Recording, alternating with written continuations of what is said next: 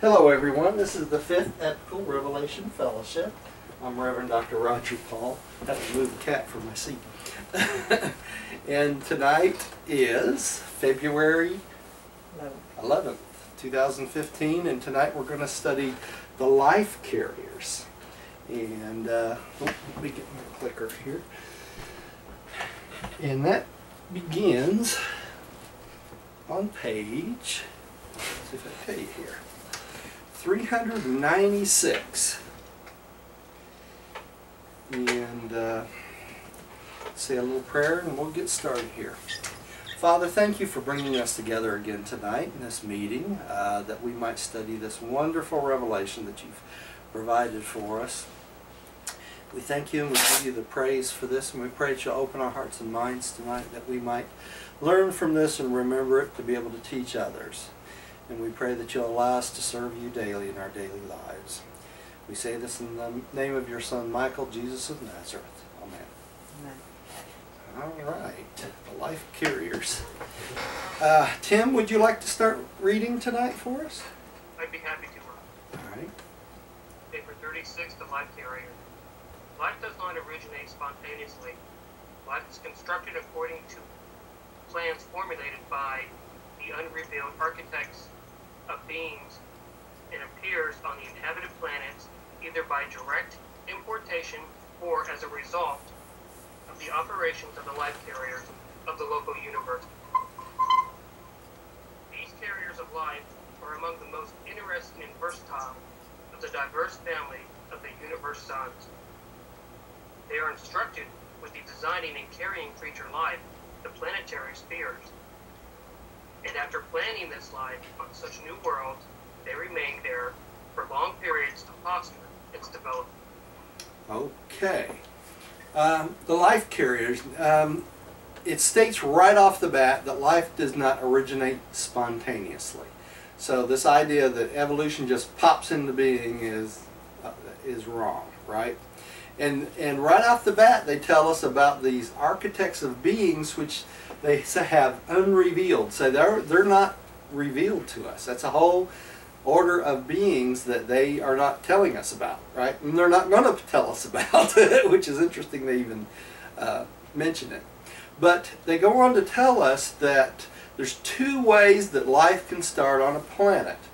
One is by direct importation. They bring the life to the planet and instill it into the waters and allow it to develop with time. The other way is they actually put the material together on the planet, right? So they don't import it. They create it right here. And this is exactly what they did on Urantia, on our planet. They created the life on this planet, and of course the local universe mother spirit gave it the spark of life to get it going. Okay? So that's what we're going to be talking about tonight. All right, and it also says here that they foster long periods of times for its development. So it's not unusual for it to take 500,000 years. I don't have my little mouse, do I? Just saw Rodney pop up here. See if I can add Rodney to our group. All right, there we go. Hi, Rodney. Hey guys. Hey. Rodney. Rodney, we have Tim Brock with us tonight. A new, well, he was with us a little bit last time too. Yeah. So, okay. Welcome to. All right. Thank you. So let's go to the next one. Millie, would you take the next one, please? Yes. Origin and nature of life carriers. Though the life carriers belong to the family of divine sonship, they are a peculiar and distinct type of universe sons, being the only group of intelligent life in a local universe in whose creation the rulers of a superuniverse participate. The life carriers are the offspring of three pre-existent personalities: the Creator's Son, the Universal Mother Spirit, and by designation one of the three Ancients of Days presiding over the destinies of the super-universe concerned. These Ancients of Days, who alone can decree the extinction of intelligent life, participate in the creation of the life carriers, who are entrusted with establishing physical life on the evolving worlds. So the life carriers are the sons and daughters of the Universe Mother Spirit, the Creator Son, and one of the three Ancients of Days, right? One of the three people who can eliminate life. That's right, one of the three beings that can eliminate life. I've got a question for you. And they actually set in judgment on eternal life, right? Yeah, did you have a question, Tim? Yes, sir. Is there a difference between the Universe Mother Spirit and the Creative Daughters, or is No. it just their title? That's their title. They use that interchangeably, and they mean the exact same thing, Tim. Okay? The Creative Daughters and the local Universe Mother Spirit, or the Creative Mother Spirit, they use that also. Okay, now... I'm glad I'm not the only one that gets confused. Yeah. They use various names for various beings, and I'm not sure who they're talking about. Yeah, they should not be confused with the material daughters, which is the Eves, right? The Adam and Eves, the Eves of the Adam and Eves are material daughters, not creative daughters, right? Okay, so that's confusing to some folks too. Okay, and this is a picture of the Universe Mother Spirit, the Creator Son, and the Ancients of Days. And Nambia is the very firstborn life carrier. Okay, and we're going to talk about her just a minute, or him just a minute. Okay, Rodney, would you take the next one? Surely. In the universe of Nebadon, we have on record the creation of 100 million life carriers. Holy cow. This efficient core of life disseminators is not a truly self-governing group. They are directed by the life-determining trio consisting of Gabriel, the father Melchizedek, and Nambia, the original and firstborn life carrier of Nebadon. But in all phases of their divisional administration, they are self-governing. So, Nambia, who was the firstborn of the life carriers, along with Gabriel and Father Melchizedek, is basically the executive administration of all the life carriers. Okay? I've got a question. Yeah, right. Okay, wow, just number one, not in a super universe, but in our universe, Nebadon, there's over 1 million life carriers. 100 million. Holy Yeah. cow. And then not only that, but so in other words, there's always a trio for the life carriers. What I'm getting at is there's a Father Melchizedek in every universe, right? Right, along with the Gabriel. And there's a Gabriel as well. Okay, Mm-hmm. got it. And there's a firstborn life carrier too. Now they probably are not all named Nambia, Exactly. but there will be one of those in each universe. Now, why do you So think he's talking about Nambia being the first one. He's the first one in our universe. in our local universe? That's correct. Probably name something else in another one. Yeah, probably is. Now, think about 100 million life carriers. We have How many 10 million. We will have 10 million inhabitable planets in this local universe of Nebadon, right? So that means there's thousands of life carriers for each and every planet. Okay, That's what I'm getting at. yeah, that available. So many.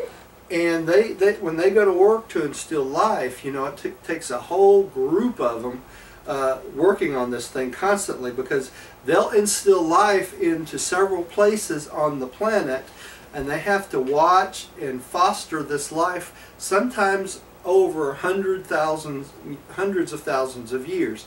They give them 500,000 years. They're not just talking about human life, are they? No, they're talking about all life. All life. Okay. All types of life. So Remember, they have 500,000 years from the point, which we're going to talk about a little bit later tonight, from the point they implant the life until the first human appears. That's how much time they have. Okay? And they're allowed to manipulate their work to try to protect their work over that period of time. Now, when the very first human appears, they're done. Okay? So they'll have a group of senior life carriers plus 12 other life carriers as staff that normally stay behind after humans are here. But once a human being is developed, they can't go back in and start over again. Can a human see them? No, No, they can't. they're spiritual, right? They're semi-physical beings, but they would not be you would not be able to see them. But they're on the lower scale because they have lower type of scale of beings because they have to be able to manipulate matter to create. Now, do they? I wonder if they physically bring the cells to a planet. Is it a physical thing, or? That's what they do sometimes, Rodney. There's two ways to do it. Sometimes they import the material. Other times they take the existing material of the planet and create life from it. And that's what they've done on this planet. There's two ways to do it. They can import the life from another planet. They put it together first and then they bring it here. Or they can come here and manipulate the material that's already here.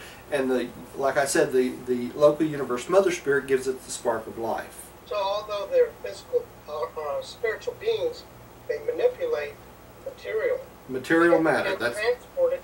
They would have to transport it in something that would keep it good, alive. Yeah, they would. Like a material ship. Yeah, like a UFO. Or a mothership or something. You know, it's a possibility. We don't know. It doesn't have to be material. Maybe all those ancient alien episodes aren't too far off. You know. All right, let's keep going. Tell him, Roger. Yeah. You tell him. Oh yeah, you tell me. Oh. All right. This shows basically Gabriel, the bright morning star, Father Melchizedek. It's hard to read, and Nambia together creating the dissemination of life carriers for all the local universe. Okay. All right, dear. Life carriers are graded into three grand divisions. The first division is the senior life carriers, the second, assistants, and the third, custodians. The primary division is subdivided into 12 groups of specialists in the various forms of life manifestation. The segregation of these three divisions was effected by the Melchizedeks, who conducted tests for such purposes on the life carrier's headquarters sphere. The Melchizedeks have ever since been closely associated with the life carriers and always accompany them when they go forth to establish life on a new planet. So Melchizedek always accompanies them, right? Another thing I want to bring out about this paragraph is, notice it says, the primary division is subdivided into 12 groups of specialists. Why do you think that is? That's because there's 12 types of combinations of life that the life carriers created. And they go from 12, 24, 40. Ours is 48 chromosomes, right? 48 things. That's our point. And they have 96. We're going to find this out in a minute. But there's 12 different types of life with these combinations of 12. The whole universe, the rest of the universe, is divided into numbers of 3, 7, 12, and multiples of 12, right? Except for the local universe, and it's on a decimal system. The physical part of a decimal system. So it's kind of interesting how these numbers come into our lives. Okay, so this shows the breakdown of the life carriers. The senior life carriers, the assistant life carriers, the second level down, and then the custodians. Alright? When an evolutionary planet is finally settled in light and life, the life carriers are organized into the higher deliberative bodies of advisory capacity to assist in the further administration and the development of the world and its glorified beings. In the latter and settled ages of an evolving universe, these life carriers are entrusted with many new duties. So they don't just come to the planet and leave. They stick around pretty much permanently, right? All right. Tim, would you take the next one? Yeah. In the later and settled ages of the evolving universe, these life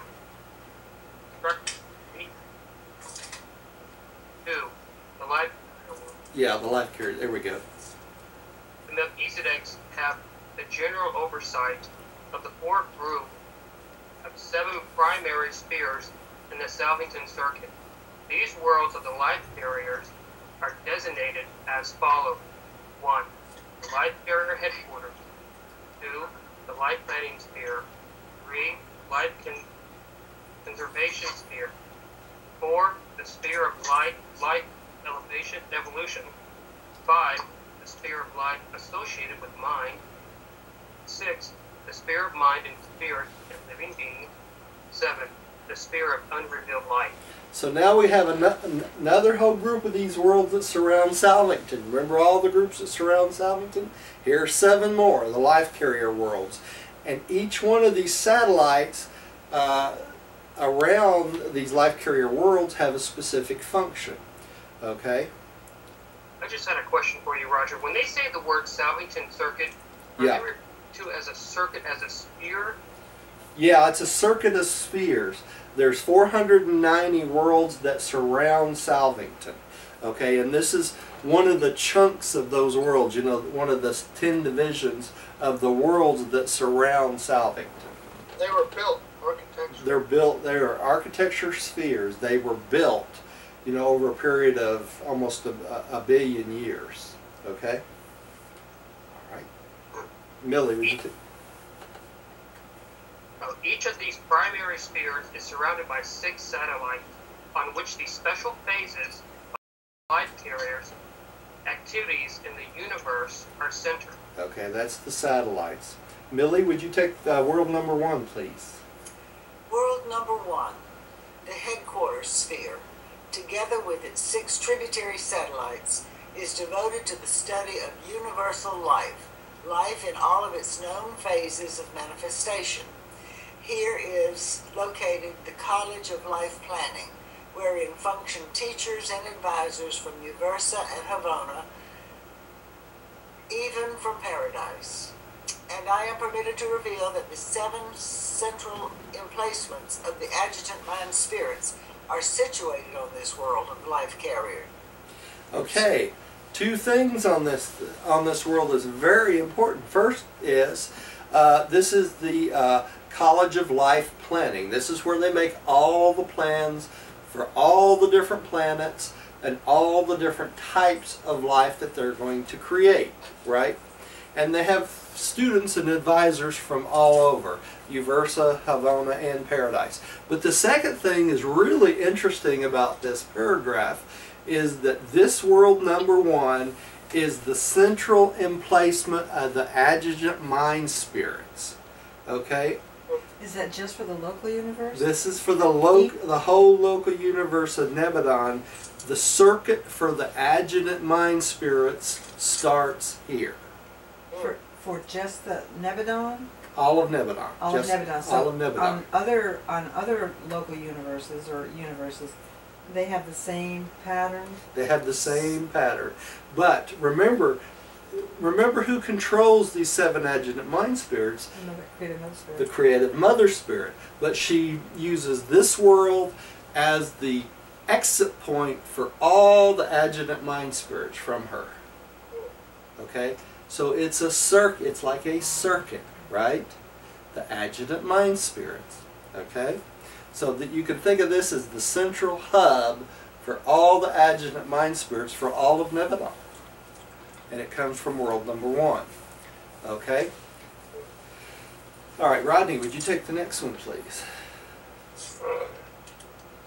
Okay, the number 10, the decimal system, is inherent in the physical universe, but not in the spiritual.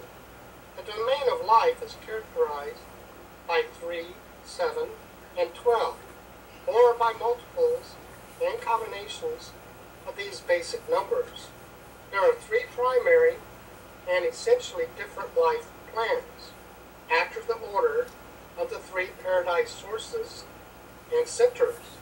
And in the universe of Nebadon, these three basic forms of life are segregated on three different types of planets.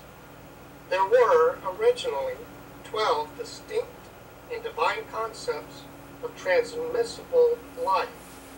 This number 12, with its subdivisions and multiples, runs throughout all basic life patterns of all 7 super-universes. There are also 7 architectural types of life design, fundamental arrangements of the reproducing configurations of living matter. The Orvonton life patterns are configured as 12 inheritance carriers. The differing orders of will creatures are configured as 12, 24, 48, 96, 192, and 384, and 768.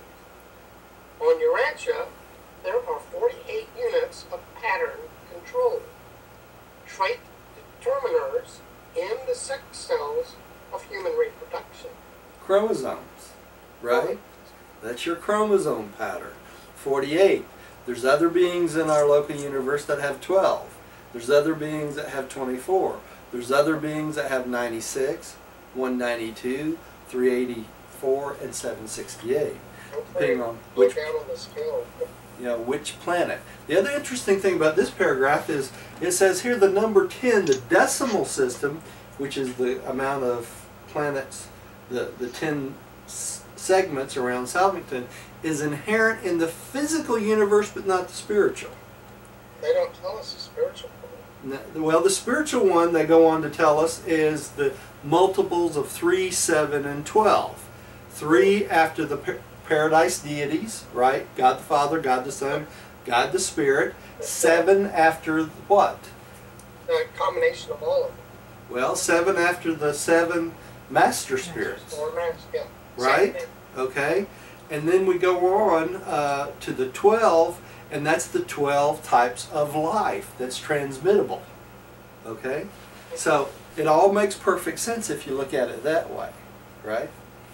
Just a small note here on the term will creature. Just keep in mind that that means a creature now with free will and personality. That's right. That's right. Because there are creatures that are not, right, Tim?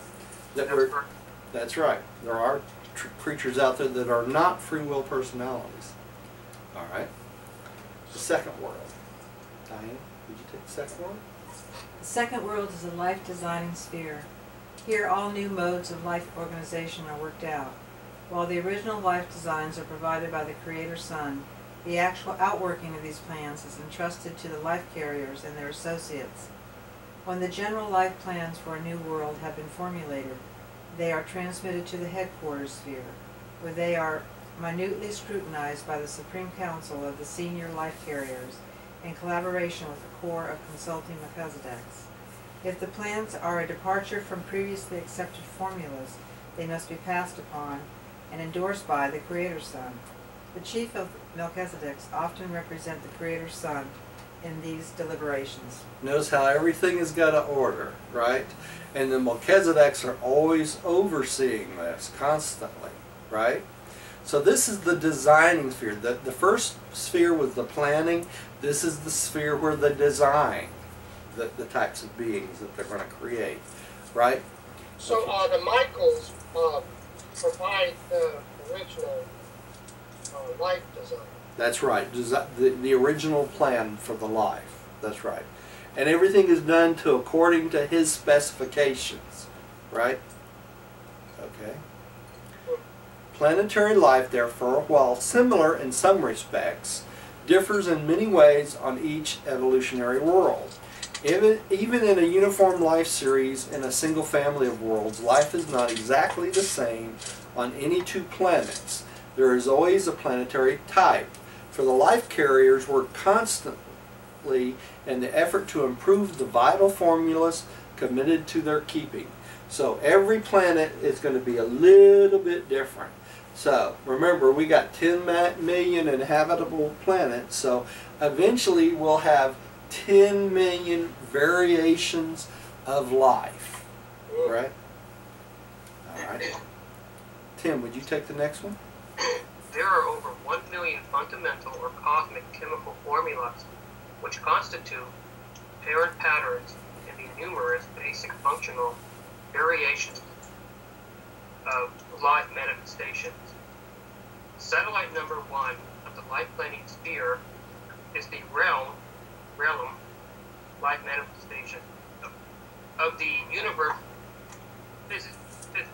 Physicists. physicists and electrochemists who serve as technical assistants for life carriers in the work of capturing, organizing, and manipulating the essential units of energy which are employed in building up the material vehicles applied transmission, the so-called germplasm. All right, the so-called germplasm.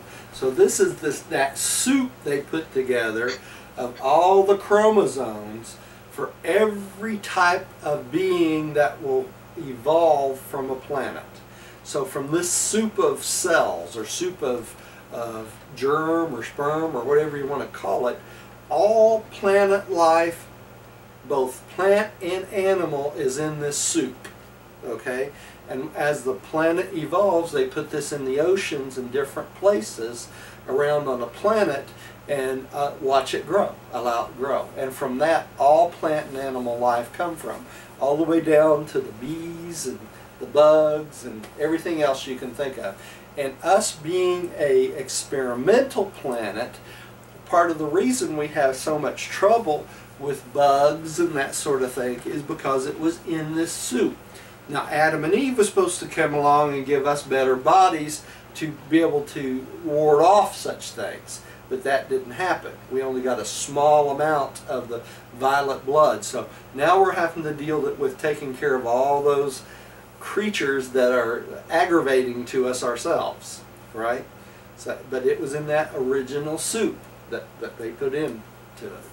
And when they say the word energy, they're referring to material, mindful, and spiritual, because there's so many forms of different wording where the word energy comes in.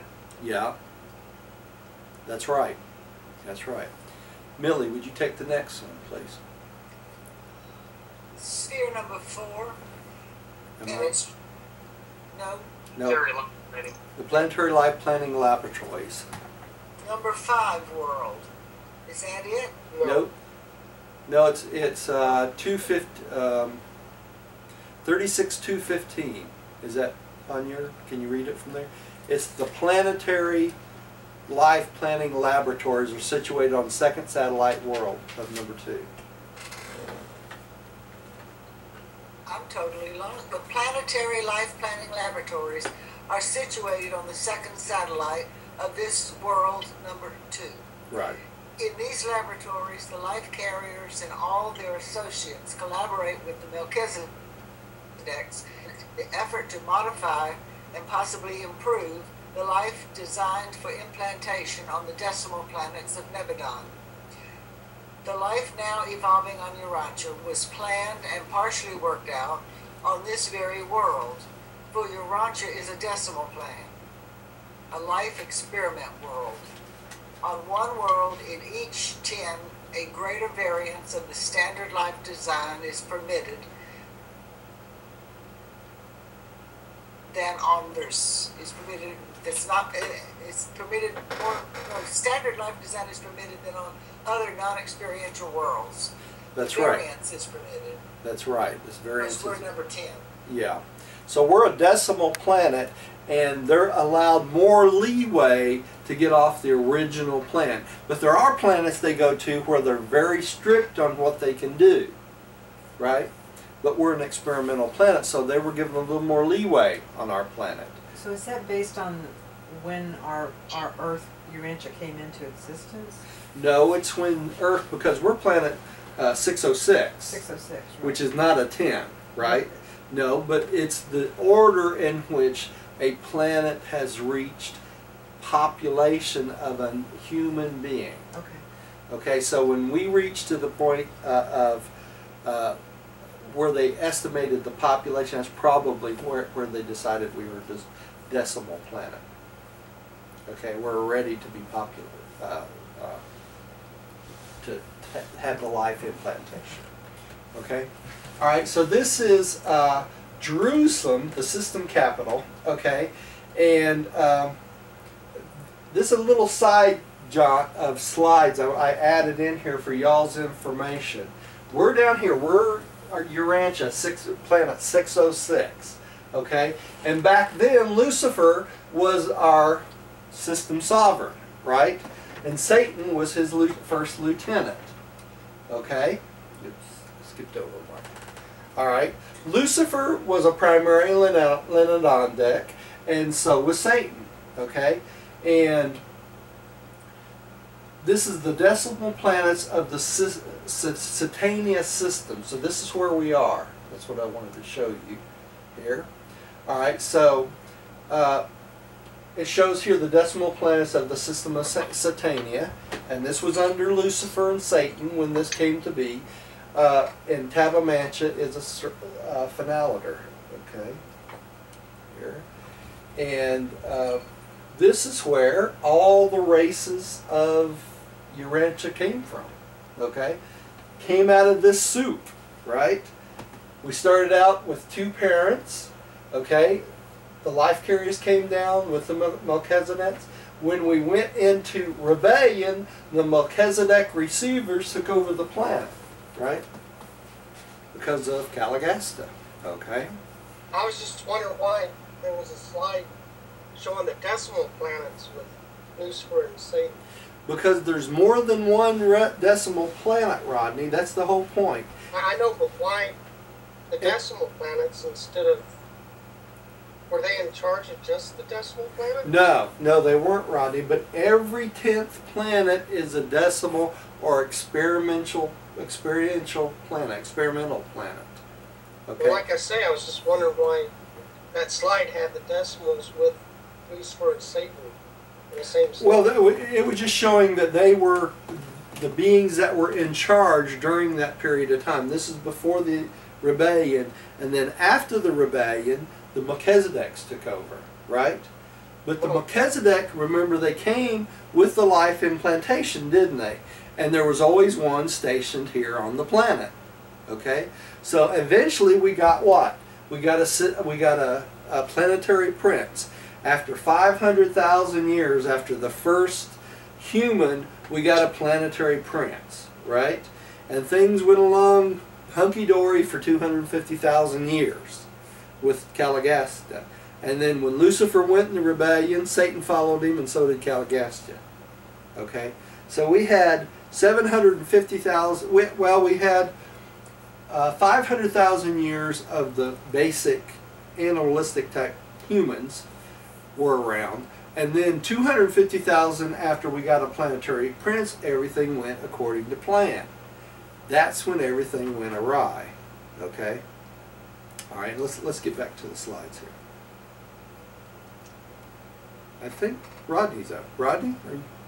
Okay. World number 3. Yes, world number 3 is devoted to the conservation of life. Here are various modes of life protection and preservation are studied and developed by the assistants and custodians of the life carrier corps.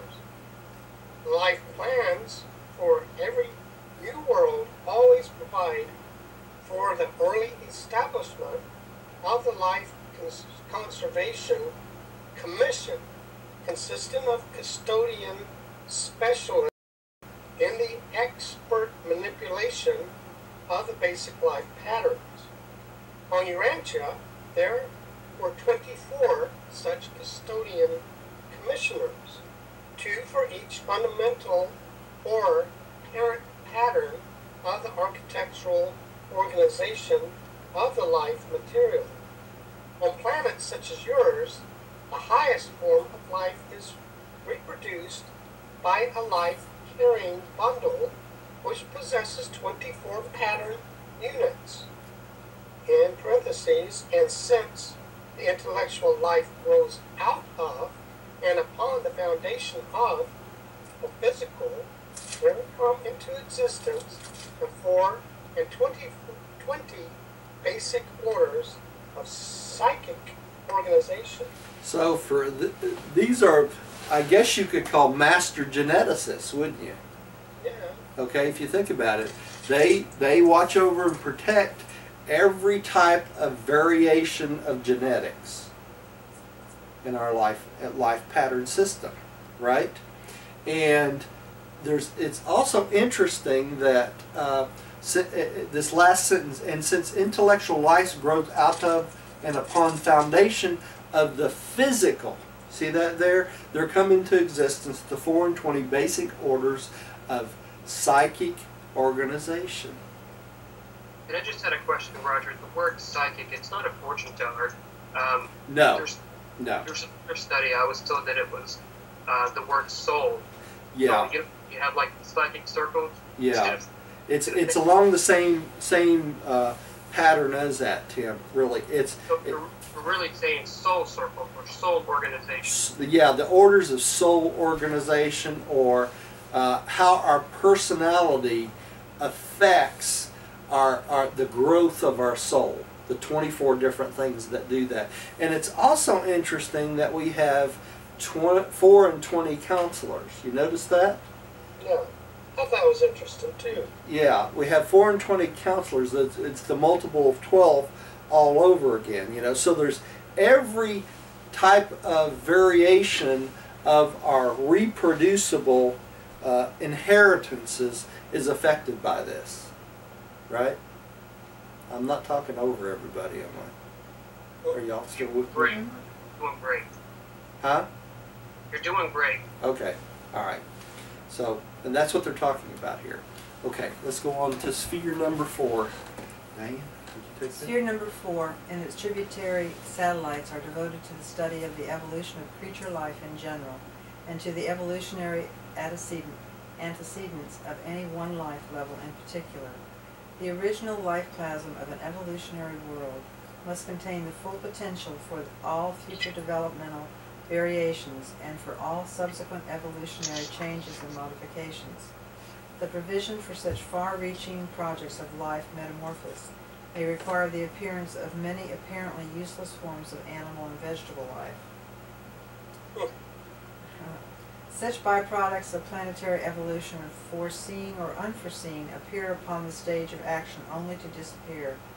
But in and through all this long process there runs the thread of the wise and intelligent formulations of the original designers of the planetary life plan and species scheme.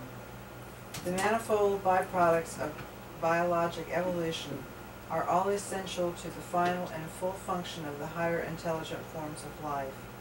Notwithstanding that great outward disharmony may prevail from time to time in the long upward struggle of the higher creatures to effect the mastery of the lower forms of life, many of which are sometimes so antagonistic. Which are sometimes so antagonistic to the peace and comfort of the evolving will creatures. I could spend 6 weeks on this paragraph. Really? Wow. I really could. Okay, let's start from the beginning. First of all, on this sphere, they plan out in the life pattern all possibilities of variations for future evolutionary changes in life. Okay, so they plan all the animal, plants, human creatures from beginning all the way till we reach light and life. Okay, they foresee this by over time. Okay, and in doing that, they have to produce plants, animals, and humans that are not fit.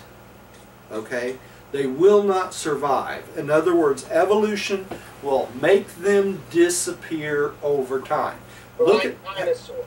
like dinosaurs. That's a perfect example. They had a starting point, they had an ending point, right? Many of the animals had a beginning point and they disappeared, didn't they, over time? We have that happening with some of the species of animals we know right now that are just disappearing over time. They're being eaten by other animals. They're being destroyed by humans. I mean, these things are happening over time. Now, I'm going to step on toes here. I need to say this to make everyone understand how serious this is. This is a planned thing over time. These life carriers plan this on this satellite, and they know how this is going to work out. Now, look at human beings, okay? They know from when we're first created that we're going to be warring animals when we first start out. All planets, you'll find examples in your Urantia book that state that all planets go through wars and tribulations, every single one of them, because we're created as animals and it's hard for us to live together. All right? Now, there's some beings on our planet even today that are antagonistic to peace and comfort. We know that. We see it all around the world. Some men will not stop fighting regardless what you tell them, right? And that's part of this weeding out over time of these tendencies in human beings. Okay? So if you think you're going to wake up tomorrow and everything's going to be kumbaya, peace and glory and all that stuff, it ain't going to happen. Okay? It takes time. It takes thousands and thousands of years for the normal evolutionary process to work these things out of human beings. That was part of the job of Adam and Eve. The violet blood. They were going to intermix, their children was going to intermix with all the population and give us more spiritual tendencies. Okay? And since we didn't get all that violet blood, many of these things that make our life discomfort or antagonistic, we're going to have to work out for ourselves now over a long period of time. So what you see going around you all over the world is the normal thing that happens on every planet, and because of rebellion on our planet, we've made it worse, right? Because of the Kalagasta rebellion and because of the Adam and Eve default, we've had it a little bit worse than other planets. However, let me go one step further. Because we've had it worse and we're an experimental planet, that may be some of the reason that Christ Michael decided to come to this planet to do his bestowal. Because we were on the lower end of the scale, right? So he's given us the benefit of finding out the love of God, the fatherhood of God, and the brotherhood of man as his example, right? So in some ways we are not as fortunate, but other ways we're more fortunate than other planets because we've had a creator son. Does that make sense? That makes sense. So when they say vegetable life, I mean, they're talking about edibles? No, everything. Not just edibles. They're talking about everything from the smallest piece of grass to trees to everything you can possibly imagine that grows. All vegetable life. Plant life. Huh? Plants. Plant life. Yeah. Plant life. Yeah. And it's like they say, a lot of these are going to appear and disappear on us. A lot of the plants, a lot of the vegetables that we have today, they may not have 10,000 years down the way. Right? And that's why it's important for us to be conservationists also. Right? We want to preserve as much of the biological things that are benefit to us as we possibly can, because as we destroy things, we may be destroying the biological cure for some of the ails of the world. Well, some of the countries are already, have underground areas where they're actually preserving many seeds for future posterity. For future generations. Right. That's right. That's right. Okay, I think I've harped on that enough. Right? Well, you know what, Roger, makes me wonder though, being these our laboratories, perhaps they develop, maybe these things develop on those planets. They have, they grow, they speed up the growth process so they know basically what to expect. Oh yeah, Rodney, that's what part of the projection of all variations that could possibly happen over an entire lifespan of a planet, right? By the time we reach light and life, they already know all the variations that are going to take place before we reach the end, right? So there are no surprise to the life carriers. So it's kind of like a pattern from A to Z. They already know what's going to happen. That's right. Yeah, they do. It's just how long it's going to take, right? They anticipated Monsanto. They anticipated Monsanto. They anticipate everything, right? Well, in the That's the whole Presbyterian, point. Presbyterian religion, they deal with predetermination, predetermined. Mhm. And so that fits in with that too. Yeah, yeah. Because it's already predetermined by the plans of God. Now, there's a difference, though, between predetermination and free will. Predestination. Predestination. Yeah, we have free will to make changes, Mm-hmm. right? But that will not probably affect the overall good for all mankind, right? We know that these things will come to pass. Okay, number 5, world. I don't even remember who read. I think it's your turn. It's your turn. My turn? Number 5, world is concerned wholly with life associated with mind. Each of its satellites is devoted to the study of a single phase of creature mind correlated with creature life.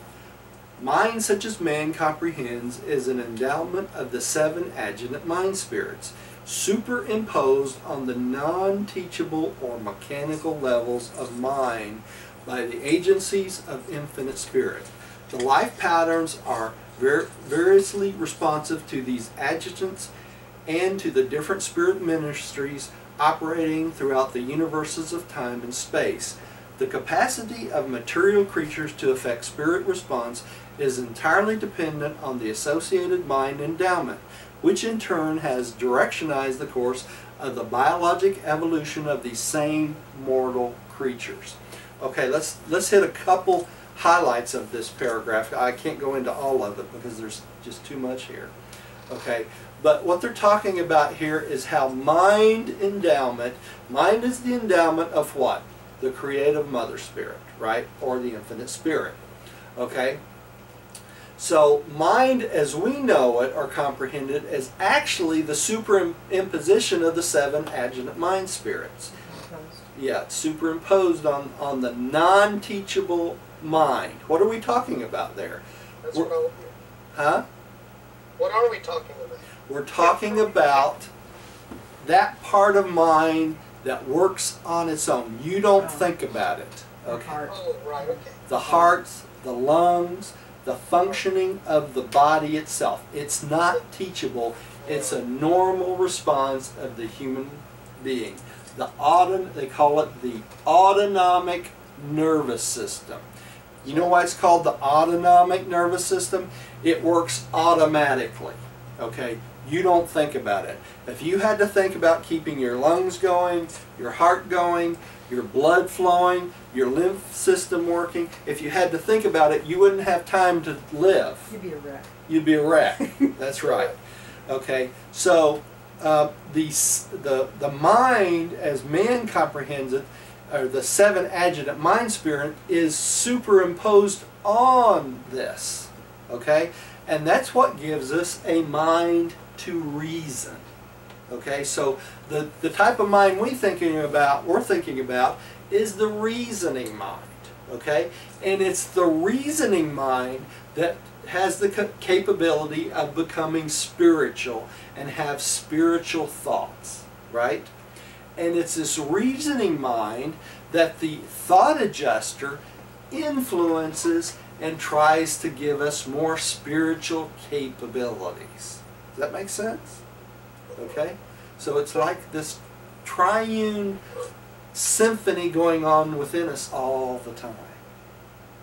Okay? So the mechanical levels of mind are what you just said, the heart and the lung. Right. The autonomic nervous system, really. Yeah, all those functions that you don't think about, you don't have to think about, right? when you stub your toe and it hurts, you don't have to think, oh, I have to make this hurt so that I don't stub my toe again. It's a normal reaction, right? And that's also called non-teachable? It's a non-teachable mind. That's right. You don't teach yourself to breathe. Correct. Right? You don't teach yourself to keep your heart pumping. Right? Other things we can teach ourselves, but those we cannot. Okay. So the teachable mind is one of the parents of your soul. That's right. The adjuster is one parent and the mind is the other. That's right. That's exactly right, Ronnie. It's the teachable mind that the adjuster's constantly trying to influence. That's the part of the mind that the Father keeps saying, this is the way. Right? If we listen. Okay, it's the teachable mind. Okay, Tim, would you take world number 6?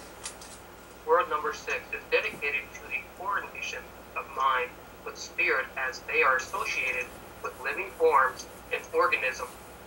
This world and its 6 tributaries embrace the school of creature coordination, wherein teachers from both the central universe and the super universe collaborate with the Nebadon instructors in presenting the highest level of creature attainment in time and space. Okay, so you notice it says his world number 6 is the world that's dedicated to correlation of the mind and the spirit, right? So each one of these worlds takes a different approach to the human being, the human animal, right? Okay. All right. Here, Millie, would you take it? The 7th sphere, have I got my speak? Yes. The 7th sphere of the life carriers is dedicated to the unrevealed domains of evolutionary creature life as it is related to the cosmic philosophy of expanding factualization of the Supreme Being. Okay, so the 7th sphere of life is our association with the experiential part of our being and the factualization of the Supreme Being. What is it the Supreme Being gets from us? Experience, right? And that's what this 7th sphere is dedicated to. All right. I just had a question for you, Roger. Yeah. When they say mind with spirit, they're talking about human mind and the thought adjuster, or is the infinite spirit? The human mind thought adjuster. Okay, correct. Yeah. Okay. Millie, would you take the first paragraph on this next one too? That was a short one there. Okay. Number 3, life transplantation. Life does not spontaneously appear in the universe. The life carriers must initiate it on the barren planets. They are the carriers, disseminators, and guardians of life as it appears on the evolving worlds of space. All life of the order and forms known on Urantia arises with these suns, though not all forms of planetary life are existent on Urantia. So all life comes from this, from the life carriers, but not all types of life exist on this planet. And when they say the word suns, they're referring to the life carriers? Yes, the life carriers, right. They're considered descending sons, right, of the local universe, or sons of God. Rodney, would you take the next one? The Corps of Life Carriers commissioned to plant life upon a new world usually consists of 100 senior carriers, 100 assistants, and 1,000 custodians. The life carriers often carry actual life plasm to a new world, but not always. They sometimes organize the life patterns after arriving on the planet of assignment in accordance with formulas previously approved for a new adventure in life establishment. Such was the origin of the planetary life on Urantia. Okay, so we know from this paragraph that they developed the life after they got here on this planet, right? They didn't bring it with them. Okay. Also, this is a pretty good amount of beings that come down, right? 100 senior carriers, 100 assistants, and 1,000 custodians. So they have a lot of beings sitting around watching this plasm transform into all types of life on this planet. It must be like the universe. Yep. But, you know, it's, you would think that just one or two could bring something down like this, but obviously it takes a tremendous amount of effort. Well, Rodney, let's think about this for a second. They have to nurture this implanted life. To mother it. They have to mother it. That's right. Keep it safe during its long gestation periods and things like that. Keep it from freezing, from getting too hot, to being, as other creatures develop, to keep it from being consumed as food for other types of plants or animals, right? So it's a full-time job while they're here, I'm sure. Okay. Scurrying Did I around. skip over that? Skip over that? No. Okay. And this is a picture of the core that comes to a planet. The 100 seniors, the 100 assistants, and 1,000 custodians. Okay, so it's a pretty good group of beings. All right. When in accordance with approved formulas, the physical patterns have been provided, then do the life carriers catalyze this lifeless material, imparting through their persons the vital spirit spark, and forthwith do the inert patterns become living matter. Now, where does the spirit spark come from? Creative Mother Spirit. Creative Mother Spirit. The vital spark, the mystery of life, is bestowed through the life carrier, not by them. It's through them, right? Okay, they do indeed supervise such transactions. They formulate the life plasm itself, but it is the universe Mother Spirit who supplies the essential factor of the living plasm. From the creative daughter of the infinite spirit comes that energy spark which enlivens the body and presages the mind.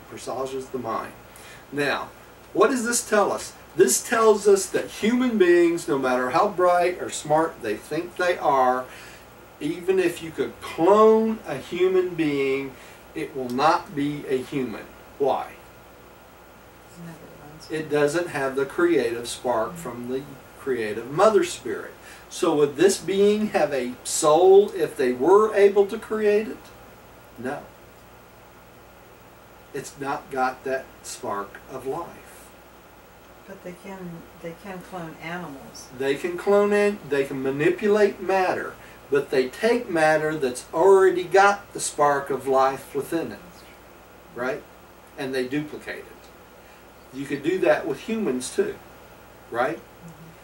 Now, whether they'd have a soul, Robotic ones. probably not. That's what man's trying to create. That's what man's trying to create. Now, do you think, reading this, that a computer, or what they call, quote, quote, computer intelligence is really possible? No. People forget computers are a group of programmed responses, right? Electronical transfer of energy. It cannot think. I don't care how much you think you can create a computer that thinks. It doesn't. It's a response from a stimulus. That's all it is. Okay? It's not going to be human. All right? Here we go. Hey, Roger, Yeah. what does that word catalyze mean? Back here where they use, let me see where it's used here. The life carriers catalyze this. Oh, they are used as vessels to transport the spark into the material. They're catalysts. You know what? What's a good example of catalyst? All they do is serve as the functioning vessel for the spark of life to travel through. That's all they are. Make sense? They don't create it. The spark does not come from them. That's why they call them catalysts. It catalyzes through them. It comes from the creative Mother Spirit. Okay. That's what they're created for. Okay. And this is an example of just that. The Universe Mother Spirit sends life, into the life plasm, and it's catalyzed from the senior life carriers. That's where it comes from. Okay? They're like a wire They're like a wire. Yeah. that travels. All it does is travel through them into the life. Okay. They do not create it themselves. And that's a very important point. No matter how many life carriers you get together and put together, they never could create the first spark of life on their own. They always have to create a mother spirit. And they know that. All right, I skipped over one there. Okay, am I up? I think I am. In the bestowal of life, the life carriers transmit nothing of their personal natures, not even on those spheres where new orders of life are projected. At such times, they simply initiate and transmit the spark of life, start the required revolutions of matter in accordance with the physical, chemical, and electrical specifications of the ordained plans and patterns.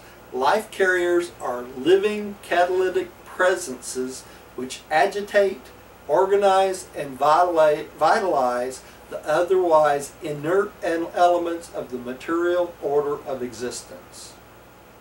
That's about as basic as you could say, right? In other words, they do nothing but take what's there and work with it, right? All right, Tim, would you take the next one? The life carriers of the planetary board are given a certain period in which to establish life on a new world, approximately 1/2 million years, time of that planet.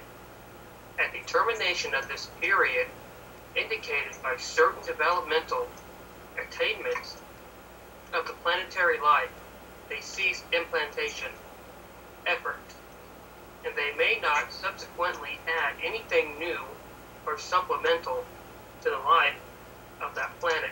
So if they can't get it to go in 500,000 years, they're done. They have a time limit. 500,000 years is quite a long time. So let's hope They're they... probably like, that's all we've got. Yeah, that's all we got.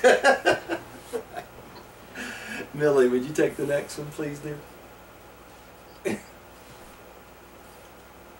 Turn your speaker back on, your mic back on, Millie.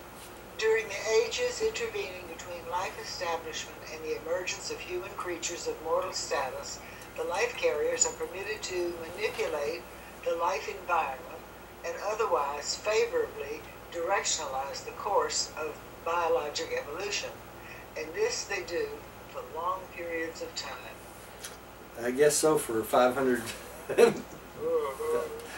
That's a long time. And here we have such a nice picture of the senior life carriers, and the life plasm turns into fish, into the frog, into the lemur, into man, into the future, right? Darwin would love this picture, wouldn't he? All right. Rodney, would you take the next one? Right. When the life carriers operating on a new world have once succeeded in producing a being of will with the power of moral decision and spiritual choice, then and there, their work terminates. They are through. They may manipulate the evolving life no further. From this point forward, the evolution of living things must proceed in accordance with the endowment of the inherent nature and tendencies which have already been imparted to and established in the planetary life formulas and patterns. The life carriers are not permitted to experiment or to interfere with will. They are not allowed to dominate or arbitrarily influence all creatures. Okay, so when that first human being evolves to the point of moral decision or spiritual choice, their work is done, right? One being, one human. That's all they got. Before Andon and Banta did their thing, they were out of here. That's right. As soon as they did their thing, they were done. Right, Rodney? And that was our first two human beings, right? All right. And this is a picture of the process, the life plasm going through the lab and everything, ending up in a man. And this is the 100 senior life carriers, the 100 assistants, and the 1,000 custodians. Okay, skipping ahead here. Upon the arrival of a planetary prince, they prepare to leave, though 2 of the senior carriers and 12 custodians may volunteer by taking temporary renunciation vows to remain indefinitely on the planet as advisors in the matter of the further development and conservation of the life plasm. 2 such sons and their 12 associates are now serving on the Rancho. So our original life carriers are still here, 2 of them, and 12 associates, right, are still here on this planet. And they all stayed until the arrival of the planetary prince, right? And then the whole staff left at that point, except for these 14, right? Okay, and this shows the senior life carriers. Calagasta was our planetary prince, right? And the 12 custodians and 2 that stayed, and the rest of them all left on the arrival of Calagasta. Okay? It just always makes me wonder physically where they are, like Hawaii or Antarctica. They're probably on assignment on another planet again, Rodney. I mean, the ones that are here now. Oh, the ones that are here now, they're probably overseeing the work that's going on with both the plant, animal, and human life that's still here. Like I said, it makes me wonder physically where they are on this planet. Yeah, they could just about be anywhere, you know. It probably causes them great distress to see at times how we abuse the planet, the plants, the animals, and each other, you know. I'm sure. So, because look at all the work they put into it, right? But they know the process and they're very Yeah. well versed in it. Yeah. Let's see who's up, Rodney. Rodney, would you take the next one? Yeah, okay. Is he up next? I'm not next, but I will. Oh, you're not? Well, who's supposed to be next? Did you just read, dear? I don't know. I think I'm I next. did, yeah, I I'm think I next. did. Okay, I'll read it. Would you like me to read? No, I'll do it. Melchizedek life carriers. In every local system of inhabited worlds throughout Nebadon, there is a single sphere whereon the Melchizedeks have functioned as life carriers. Wow. These abodes are known as the system Midsonite worlds, and each of them a materially modified Melchizedek son has, get this, mated with a selected daughter of the material order of sonship. The mother Eves of such Midsonite worlds are dispatched from the system headquarters of jurisdiction, having been chosen by the designated Melchizedek life carrier from among the numerous volunteers who respond to the call of the system sovereign addressed to the material daughters of his sphere. Okay, now imagine this, y'all. The material daughters they're talking about are the mother Eves, right? Adam and Eve's. So they put out a call to the mother Eves for the possibility to mate with a senior Melchizedek son to create a new type of being. And Well, these are materialized Melchizedek. a materialized physical Melchizedek son. So if it be materialized from the material of that particular planet, That planet, that's exactly right. in And other words, these would be very superior beings. that's right. That's why they're called Midsonite worlds. Think about this. They're midway between human and divine. Okay? So what would they call them? They would call them Midsonites, right? They're midway between divine sons and human. That makes sense? Yeah, that makes sense. And they mate just like people? And they're made just like people. They're just like regular people. That's I mean, right. like, they mate just like humans, correct? In exchange of bodily fluids? They do not tell us. They just tell us that I would think so. they mate. That's all they tell us. Yeah, surely they do. They probably do. I do not know. I can't say for sure. you know, but it would make sense. But these children of this union are Midsonites, okay? Now, what's interesting, we're going to find out in a minute, these beings, since they're local universe beings, they stay local universe beings. They don't go on the ascension plan, okay? They become permanent citizens of the local universe. Does that make sense? Yeah. And you know what, Roger? Come to think of it, when Melchizedek was on our planet, he was not capable of reproducing. That's right. He's not. Normally the Melchizedeks are not capable of reproducing. That's why they have to get special permission to do this, right? They have to receive a modified body that's capable of reproduction. So he's kind of like a Ken doll. Yeah, he's kind of like a Ken doll. Yeah. All right. Let's go. Tim, would you take the next one? The progeny of a Melchizedek life carrier and a material daughter are known as Midsoniters. The Melchizedek father of such a race of supernal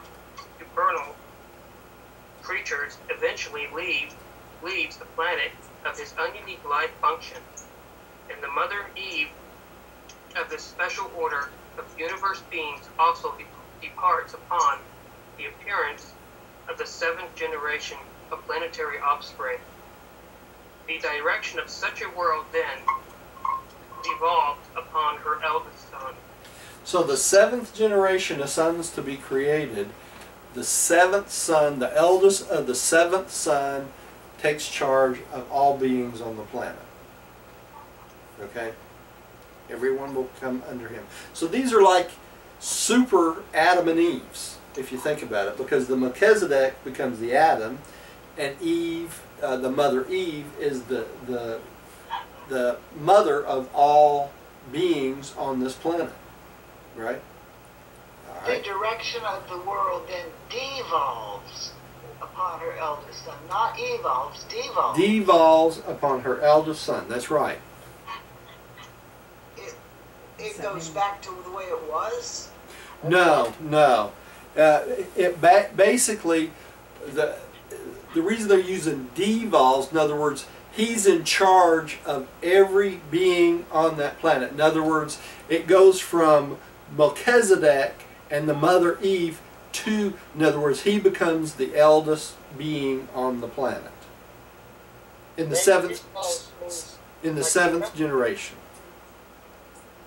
So it's no longer, it doesn't have a matriarch or a patriarch of Right. the highest order. It's No, the seventh generation son. that's right. He Okay. becomes like a figurehead, right? Yep. That's it. All right. And they really don't say when this takes place. It's in every system. Yeah. And They don't tell us a lot about the Midsoniters because they have some special function coming in the future. You know, so. Millie, would you take the next one? Yes. The Midsonite creatures live and function as reproducing beings on the magnificent worlds until they are 1,000 standard years of age, whereupon they are translated by seraphic transport.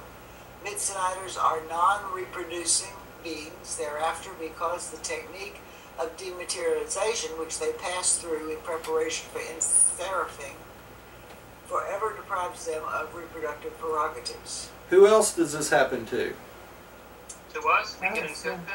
That's right, to us when we're in Seraphim and taken to the mansion worlds, right? Our being, our source of who we are. Or if we're in Seraphim when we transport from planet to planet. We have no reproductive capabilities ever again, right? And that's the same thing with the Midsonite creatures. Although they live 1,000 to 1,000 years of age, we only live to, 60, 80, 90, 100 years of age, right? But you said they were part of the. But they are part of the ascending program now? No, they become part of the permanent citizenship of the local universe. What's a standard year? I forgot. A standard year of, oh gosh, Rodney, you would ask me that. Well, a thousand years. 1,000, yeah. 1,000 years is like 50,000 years of Earth time. I remember thinking that Jesus was here 2 years ago. Yeah, He was here 2,000 years ago. yeah. He was really here 2 years ago. So when we're in Seraphim, it's sort of like we fall asleep, but our memories is intact, and we wake up on a new world. No, well, yes, that's true, Tim, but when we're in Seraphim, we're dematerialized, okay? So that essence of who you are, the record of who you are, is removed from the physical body, the physical brain patterns and all that is in safekeeping of your guardian Seraphim, okay? And a copy of that is with the Archangel Corps. Okay, so if something happens to that Seraphim should rebel, a copy of everything of who you are is in safekeeping with the Archangel Corps. Okay. Okay, so that's what when they say dematerialized, they're totally dematerialized just like we are. They no longer have a physical body until they're given their new body when they're transported to wherever it is they go, right? And that's what I was going to ask you. Where do these Midsnighters go? Well, stay tuned here. Okay. Don't spoil the surprise. Did we do this? We just did that one. Okay. All right. Oops. I skipped over one again. Okay. Rodney, would you take this next one? Right. The present status of these beings can hardly be reckoned as either mortal or immortal. Neither can they be definitely classified as human or divine.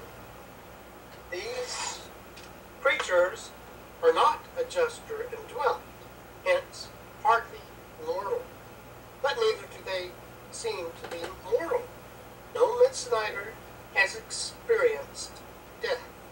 All Midsnighters ever born in Nebadon are alive today, functioning on their native worlds, on some intervening sphere, or on the Salvington Midsnight sphere in the Finalner's group of worlds. And that's where they go, Rodney, when they're repersonalized.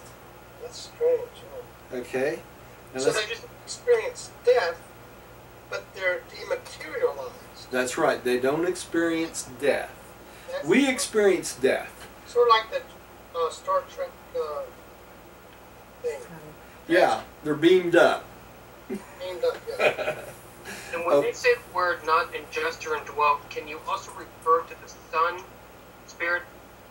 sun-fused mortals and spirit-fused mortals? They don't have adjusters? No, it's not the same thing. These beings are not do not have adjusters like the sun-fused mortals or the spirit-fused mortals. Either one. I wonder if they're free will creatures. They're free will creatures, but they seem to be functioning on a totally different matter. That's why it's hard to explain who they are, because they have no adjuster. They can't be considered immortal, right? Right. When we fuse with our adjuster, we become immortal. We never die. Okay? Before that, we're considered faith sons of God, because we will become immortal, right? Because of the adjuster. But without the adjuster, you cannot become immortal. So that's why they say they're not classified as human, because they're not human. They're above human. And they're not considered divine because they have no adjuster. So that's what this Midsnite. They're sons of the local universe God, which is Michael, but they're midway between human and divine. Midsnite. Makes you wonder, surely they have accidents too. They just can't die. That's right. Yeah. That's weird. All right. Do the Let's- papers talk about or tell us how we can fuse with our adjusters? Pardon me, Tim? Do the papers tell us how we can fuse with our adjusters? Yes, it does. Most humans fuse with their adjusters between Mansion World 5 and 6, but human beings can fuse with their adjuster on this planet. At That any hasn't time. happened for a long time, has it? Huh? We don't know if it's happened. We don't know if it's happened for a long time. The only two we're sure about is Elijah and Enoch. Right? Yeah. It's the only two we're really sure about. All right, because they tell us about it. All right, let's keep going. The Salvington worlds of the Finalators, the Melchizedek life carriers, as well as the associated Mother Eves, go from the system Midsonite spheres to the Finalators worlds of the Salvington circuit, where their offspring are also destined to foregather. So all these Melchizedeks, but that becomes fathers of a world, and the Mother Eves and their progeny end up eventually on the Finalator world of the Salvington circle. Okay, what happened to the father Adams that were I know it. Father the Adam, father Adams that Yeah. were belonged with the Mother Eves? Eves. There's many of them that they would go on to just a different Mother Eve. Just because, in other words, they're not one. There's not a 1-to-1 ratio on everything. Okay. Okay, so When they say the word Mother Eves, Roger, are they talking about material sons and daughters? Is that the same thing? that's exactly what they're talking about. Yeah, Thank you. they're the material sons and daughters. They're the Mother Eves. Okay, and they're created in the local universe. They're considered sons of God too, descending sons of God, Oh, okay. Sorry. Okay. I got you. not ascending sons of God. When do they become ascending sons of God? When they finish their mission on a planet and they're given an adjuster. I got it. That's when they become ascending sons of God, right? It should be explained in this connection that the fifth group of 7 primary worlds in the Salvington circuit are the Nibbidon worlds of the Finalators. The children of the Melchizedek life carriers and the material daughters are domiciled on the 7th world of the Finalators, the Salvington Midsonite sphere. Okay, I'm not going to comment on that because it talks about it here. Tim, would you take the next one? The satellites of the 7 primary worlds of the Finalators are the Grandivorous, Rendezvous.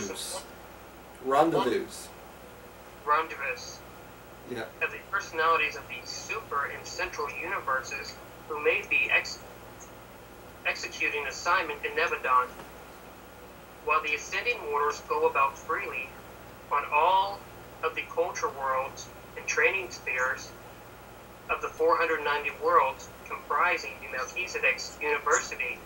There are certain special schools and numerous restricted zones which they are not permitted to enter. This is especially true of the 49 spheres under the jurisdiction of the Finalators. And they will not have access to those 49 spheres, what? Until they become Finalators, right? Okay? And that's what they're talking about here. Okay? Millie, would you take this one?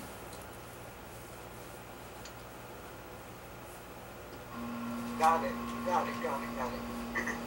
The purpose of the Midsonite creatures is not at present known, but it would appear that these personalities are foregathering on the 7th Finalator world in preparation for some future eventuality in universe evolution. Our inquiries concerning the Midsonite races are always referred to the Finalators, and always do the Finalators decline to discuss the destiny of their wards. Regardless of our uncertainty as to the future of the Midsoniters, we do know that every universe in Orvantan harbors such an accumulating core of these mysterious beings. It is the belief of the Melchizedek life carriers that their Midsonite children will someday be endowed with the transcendental and eternal spirit of absoluty by God the Ultimate. God the Ultimate. That's the next level out there, right? Well, So they think that these beings, the Midsoniters, are going to have some purpose in the next step, right? in other words, it probably would be a thought adjuster, but some other fragment of God. Maybe. You don't know. You know what I mean? Yeah, I do. But one thing's for sure, they're not destined to become finalators in this in this universe, right? But if they've got something to do with God the Ultimate, it may be in the outer space levels, right? Okay. All right. Rodney, would you take the next one? Okay, number 5, the 7 adjutant mind spirits. It is the presence of the 7 adjutant mind spirits on the primitive worlds that conditions the course of organic evolution. That explains why evolution is purposeful and not accidental. These adjutants represent that function of the mind ministry of the infinite spirit, which is extended to the lower orders of intelligent life through the operations of a local universe mother spirit. The adjutants are the children of the universe mother spirit and constitute her personal ministry to the material minds of the realms. Wherever and whenever such mind is manifest, these spirits are variously functioning.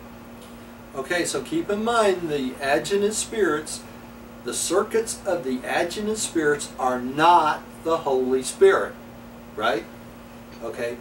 The mind ministry of the local universe mother spirit that goes on top of our mind individually, right? Not only on our mind, but all creatures, all animals in her jurisdiction, right? Okay? The seven adjutant mind spirits are called by names which are the equivalents of the following designations: intuition, understanding, courage, knowledge, counsel, worship, and wisdom. These mind spirits send forth their influence into all the inhabited worlds as a differential urge, each seeking receptivity, capacity for manifestation quite apart from the degree to which its fellows may find reception and opportunity for function. All right, we're going to go into great detail about these here in a second, okay? And this is the seven adjutant mind spirits: intuition, understanding, courage, knowledge, counsel. The last two are the only ones that are only found in the human animal, right? Human being. All the rest of these are found in all the other animals of the planet. Okay? He agrees with me. He's counseling. He's counseling right now. Y'all probably can't see him. I had a cat on the wall here. All right. The central lodgements of the adjutant spirits on the life carrier headquarters world, we just read about that, right, indicates to the life carrier supervisors the extent and quality of the mind function of the adjutants on any world and in any given living organism of intellect status. So they can tell from that world what's going on each world, right? These life, mind, and placements are perfect indicators of living mind function for the first 5 adjutants. That's the ones that's in all animals, right? But with regard to the 6th and 7th adjutant spirits, worship and wisdom, these central lodgements record only a qualitative function.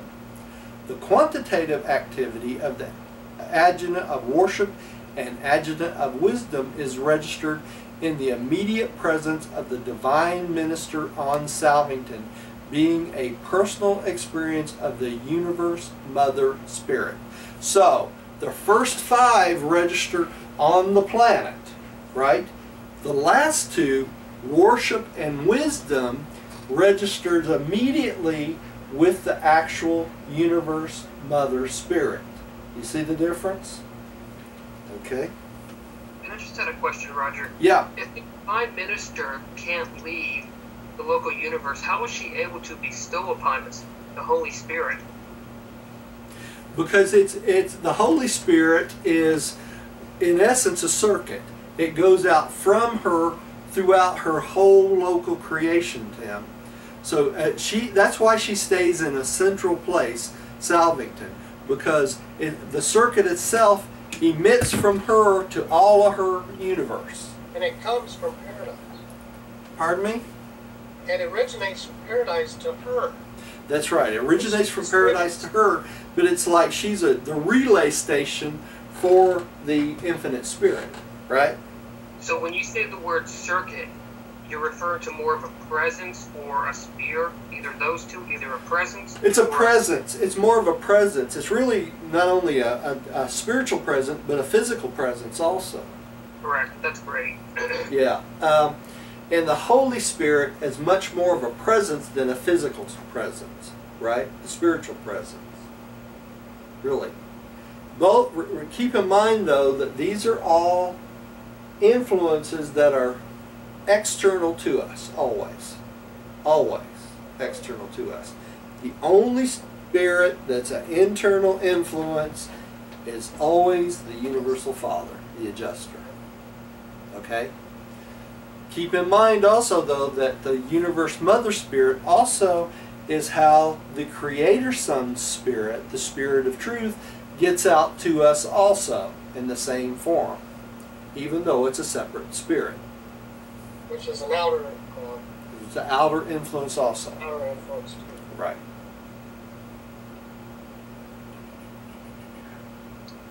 Okay, let's go on. All right, so this is the life carrier headquarters worlds. Okay, they're talking about. And these are the 7 adjutant mind spirits, right? That they register on this life carrier headquarters world. But keep in mind, 2 of them, the worship and wisdom, registers directly to the local universe mother spirit. Okay, now why would that be? Think about that for a minute. It's because worship and wisdom is what separates us from the lower animals, right? The worship and wisdom, whenever a creature starts to worship or has wisdom, they are human, right? They are no longer animal. They become human. Okay? So that's why that works that way. All right, who's next? Millie? Is Millie next? No. I think Tim. Tim, did you just read? I get lost because I get. Okay, then it's me. Okay. We are handicapped for words adequately to designate these 7 adjutant mind spirits. Okay, you skipped over one on me. I thought so. As an adjutant mind Go spirit. to the one right above that, Millie. The 7 adjutant mind spirits? Yeah. You read before that, then Tim should have read that one. The 7 adjutant mind spirits always accompany the life carriers to a new planet, but they should not be regarded as entities. They are more like circuits. The spirits of the 7 adjutants do not function as personalities apart from the universe present of the divine minister. They are, in fact, a level of consciousness of the divine minister and are always subordinate to the action and presence of their creative mother. Okay. Keep in mind, these are local universe circuits, right? When you leave the local universe, you no longer have the 7 adjutant mind spirits. Does that make sense? Then you connect with what's called the cosmic mind, right? All right. Tim, why don't you take the next one since I skipped over you? Hang on, let me go a couple of these things. This is the 7 adjutant mind spirits, and this is the inhabitable planets that shows the life carriers. Let's see, and this shows the 7 adjutant mind spirit: worship, wisdom, counsel, knowledge, courage, understanding, and intuition surrounding the world. Right. All right. Tim, would you take this one since I skipped over you? Okay. We are handicapped for words adequately to designate these 7 adjutant mind spirits. They are ministered to the local level of experiential mind. They may be described in the order of evolutionary attainment as follows. Stop there, Tim. All right. Rodney, would you take the first one? Okay, number one, the spirit of intuition, quick perception, the primitive physical and inherent reflex instincts, the directional and other self-perservative endowments of all mind creation. The only one will be adjustments. Adjustments will function so largely in the lower orders of animal life, and the only one making extensive functional contact with the non-teachable levels of mechanical mind. So all lower animals have intuition, right? All right, let's go to the next one. Sweet. 2. The spirit of understanding, the impulse of coordination, the spontaneous and apparently automatic association of ideas. This is a gift of the coordination of acquired knowledge, the phenomenon of quick reasoning, rapid judgment, and prompt decision. This is probably why many animals seem to be born with certain understandings, right? Is this adjutant spirit. The spirit of courage, the fidelity and endowment, in personal beings, the basis of character acquirement, and the intellectual root of moral stamina and spiritual bravery. When enlightened by facts and inspired by truth, this becomes the secret of the urge of evolutionary ascension by the channels of intelligent and conscientious self-directions. So this is the adjutant that helps us become brave and try to acquire our ascension plan, right? But And trying what? it allows us to acquire the ascension plan. Okay, it's the spirit of courage. It gives us the courage to go out and discover and find out what life's about, right? All right. Tim, would you take the next one? 4. The spirit of knowledge, the curiosity mother of adventure and discovery, the scientific spirit, the guide and faithful associate of the spirits of courage and counsel, the urge to direct an endowment of courage into useful and progressive paths of growth. This is what makes humans and all other animals curious. You know how they always say cats are curious? This is why. All right. Millie, would you take the next one? Yes. The spirit of counsel, the social urge, the endowment of species cooperation, the ability of will creatures to harmonize with their fellows, the origin of the gregarious instinct among the more lowly creatures. So if you have an animal that just will not get along with other animals, this is probably why, because they have not mastered the spirit of counsel. Okay? They become what? Non-social. Right? They become lone wolves, as they say. All right? Rodney. Okay, number 6, the spirit of worship, the religious impulse, the first differential urge separating mind creatures into the 2 basic classes of mortal existence. The spirit of worship forever distinguishes the animal of its association from the soulless creatures of mind endowment. Worship is the badge of spiritual ascension tendencies. So without the spirit of worship, you do not crave divine ascension, do you? You do not crave God. You know, you ever meet someone who, in your life, who just does not seem to be interested in God at all? A lot of people are that way. Yeah, well, this is because they have ignored the spirit of worship within them. They haven't mastered it. And that's what makes them a human being. That's what differentiates them from an animal, is this spirit. Now I'll let y'all think about that on your own. Okay, dear, would you take the next one? 7. The spirit of wisdom, the inherent tendency of all moral creatures towards orderly and progressive evolutionary advancement. This is the highest of the adjutants, the spirit coordinator and articulator of the work of all the others. This spirit is the secret of that inborn urge of mind creatures which initiates and maintains the practical and effective program of the ascending scale of existence. That gift of living things which accounts for their inexplicable ability to survive and survival to utilize the coordination of all their past experience and present opportunities for the acquisition of all of everything that all of the other 6 mental ministers can mobilize in the mind of the organism concerned. Wisdom is the acme of intellectual performance. Wisdom is the goal of a purely mental and moral existence. So it's the spirit of wisdom that allows us to bring it all together and try to maintain our life toward this ascending plan, right? It is wisdom that allows us to identify the ascension plan, really. It's the coordinator. It's the coordinator of all 6 previous ones, right? Okay. The adjutant mind spirits experientially grow, but they never become personal.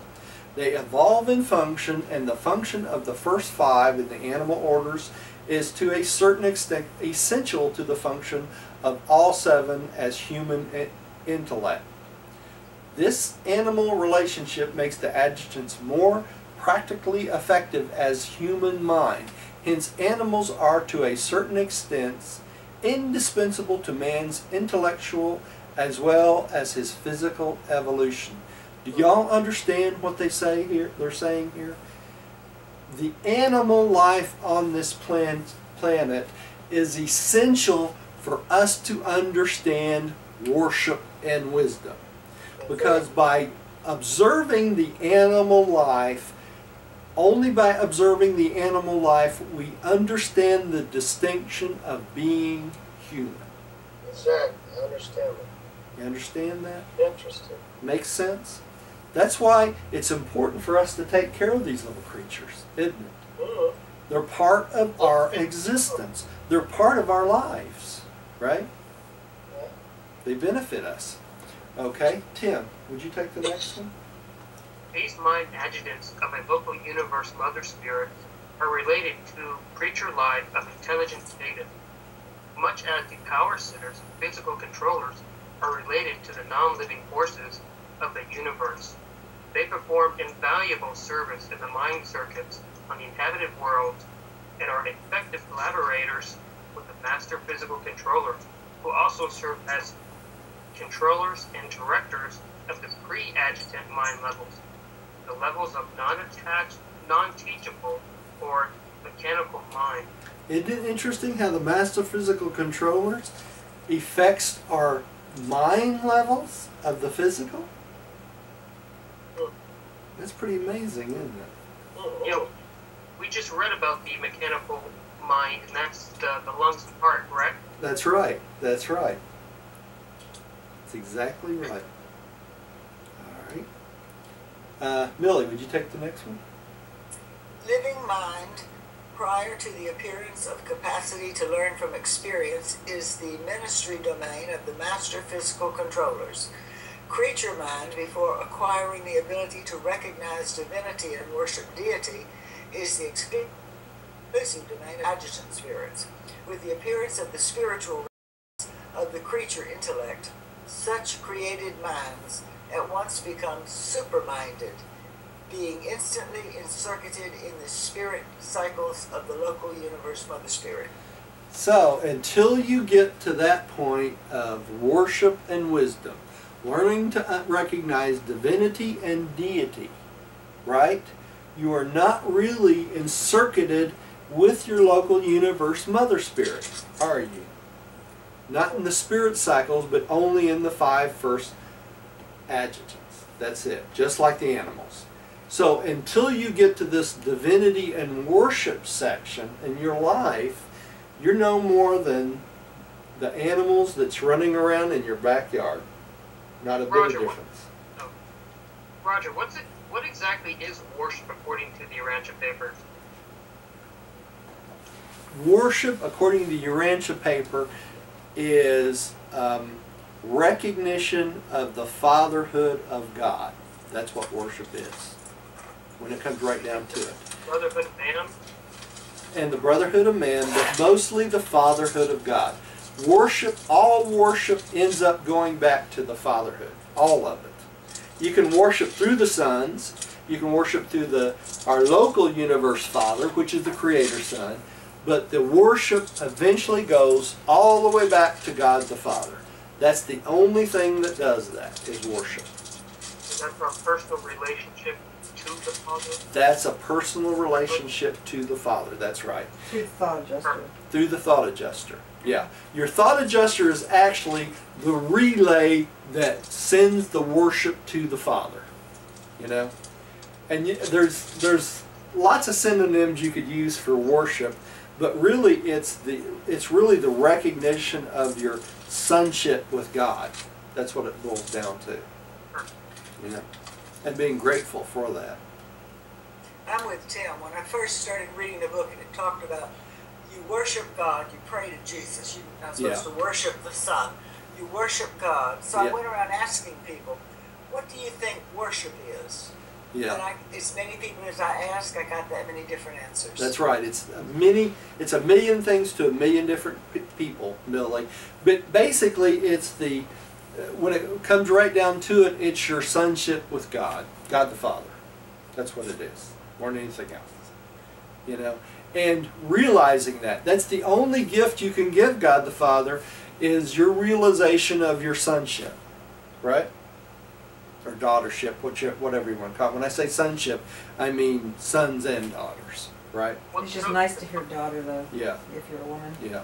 Or The female. choice you can give to the Father is the Father's will. That's right. Yeah, doing his will. Doing His will. That's the only thing we can give Him. All right, Millie, would you take the next one? Are we down to me again? Yeah, the adjutant mind spirits. And The adjutant mind spirits are in no manner directly related to the universe, and highly spiritual function of the Spirit is the personal presence of the divine minister, the Holy Spirit of the inhabited worlds. But they are functionally antecedent to and preparatory for the appearance of this very Spirit in evolutionary man. The adjutants afford the universe mother spirit a varied contact with and control over the material living creatures of a local universe, but they do not repercuss in the Supreme Being when acting on a pre-personality level. but the Holy Spirit does. See, the difference is the adjutants don't repercuss in the Supreme Being. They're not part of the experiential part of the Supreme Being. But the Holy Spirit is part of the Supreme Being. All right, okay. Okay? So that's why that's That's the it. case. Rodney, would you take the next one? Okay, non-spiritual mind is either a spirit energy manifestation or a physical energy phenomenon. Even human mind, personal mind, has no survival qualities apart from spirit identification. Mind is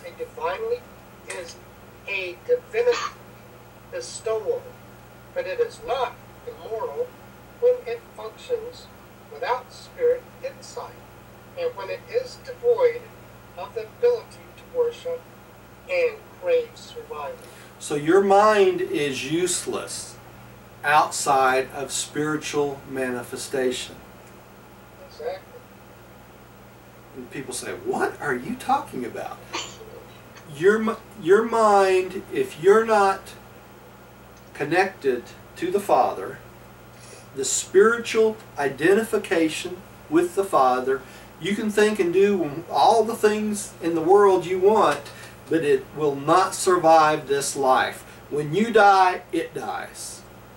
It's only through the spirit identification that all your thoughts, all your mind, all your memories, everything that you are and who you are, what you do, what you remember, everything else, only stays past this life through spirit identification.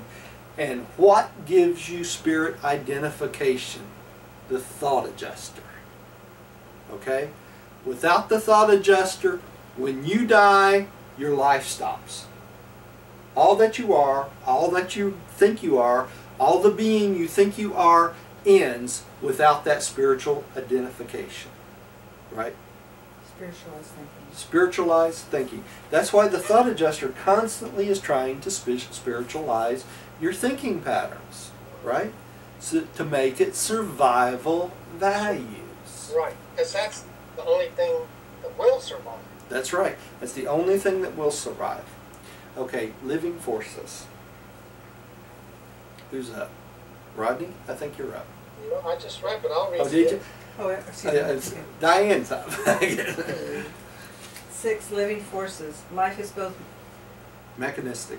mechanistic and vitalistic, material and spiritual.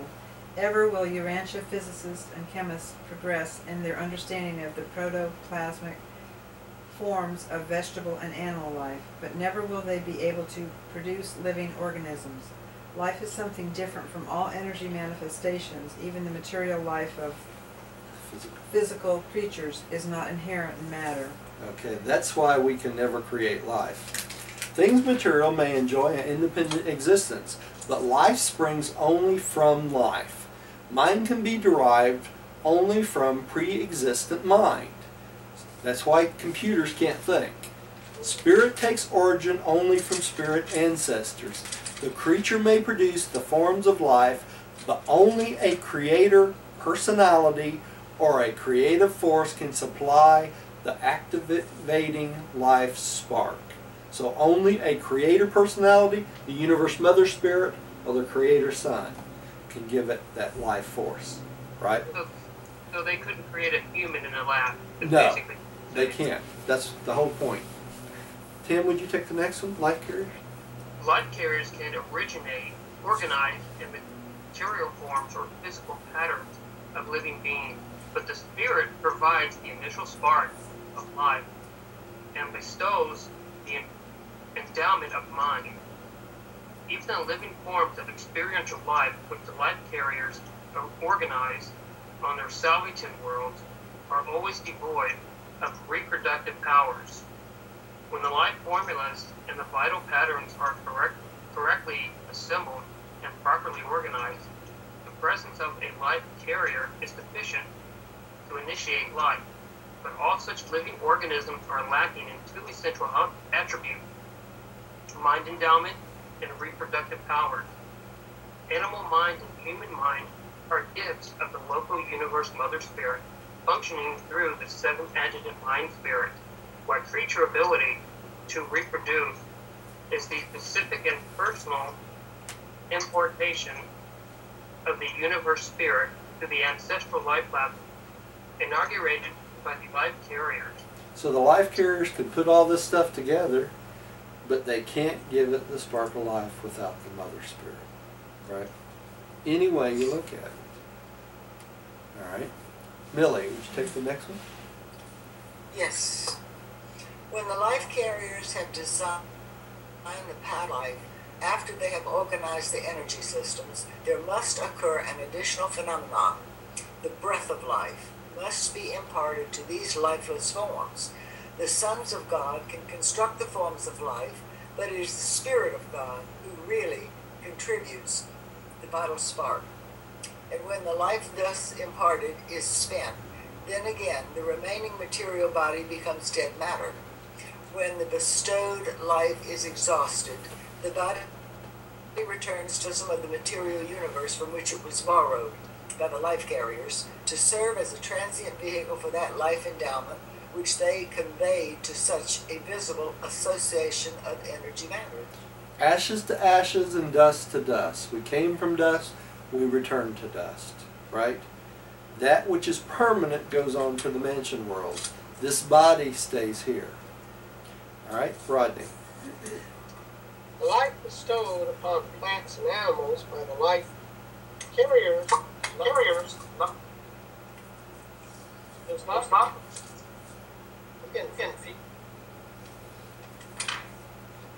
must be. Millie, I'm getting feedback from you, dear. Oh, Katie? It's interesting. Yeah, I just had a quick question for you, Roger. Yeah. The Spirit of God, they use the word the Spirit of God. Is that referring to the divine minister or the universe mother spirit? Yes. Okay, thank you. Yep. Yeah, I'm going to try this again. Okay.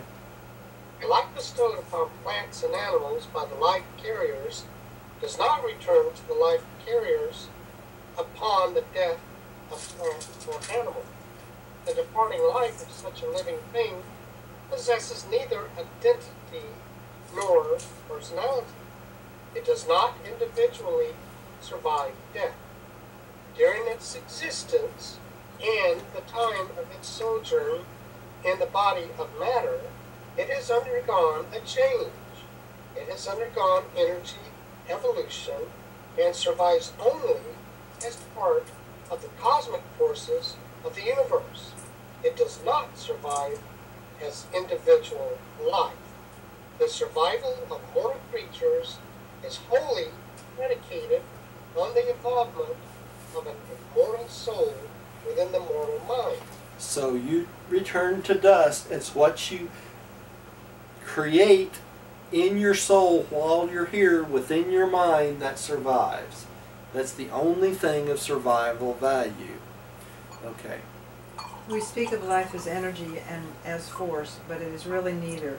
Force energy is variously gravity responsive. Life is not. Pattern is also non-responsive to gravity, being a configuration of energies that have already fulfilled all gravity responsive obligations.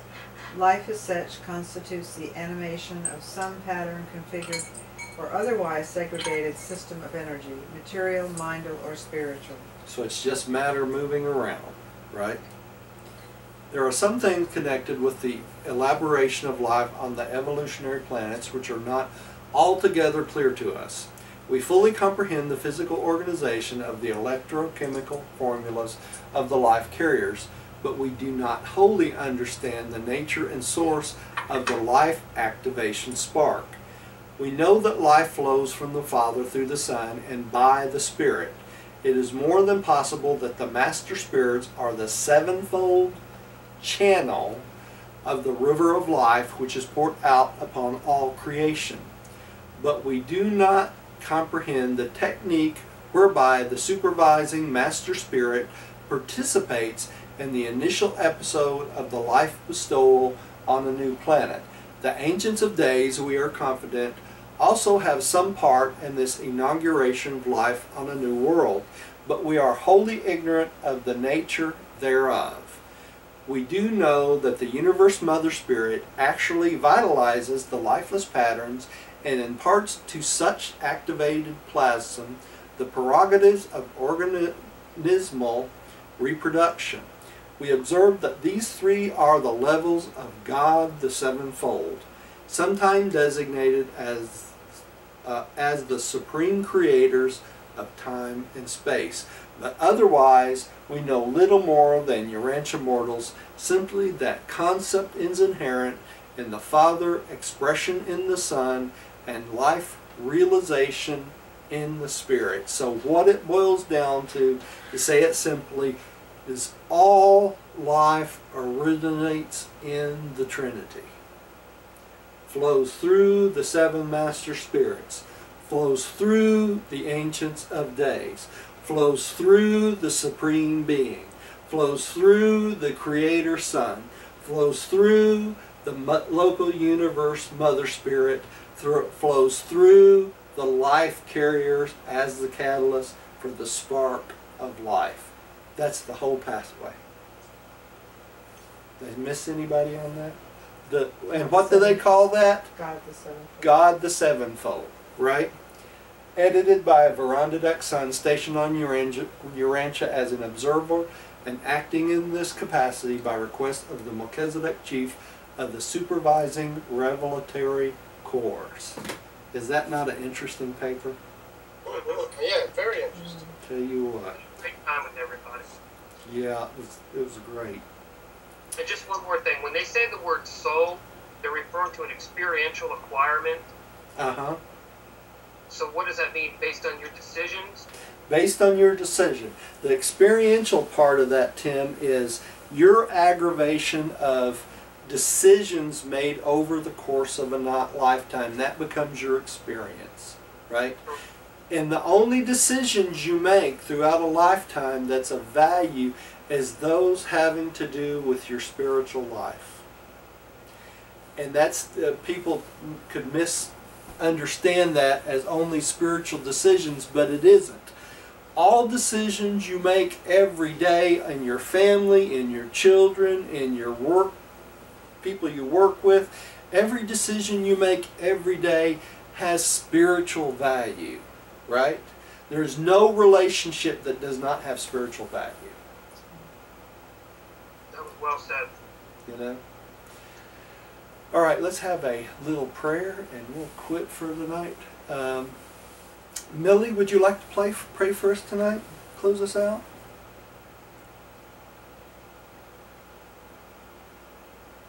But you'll have to turn your mic back on for us to hear you. Okay.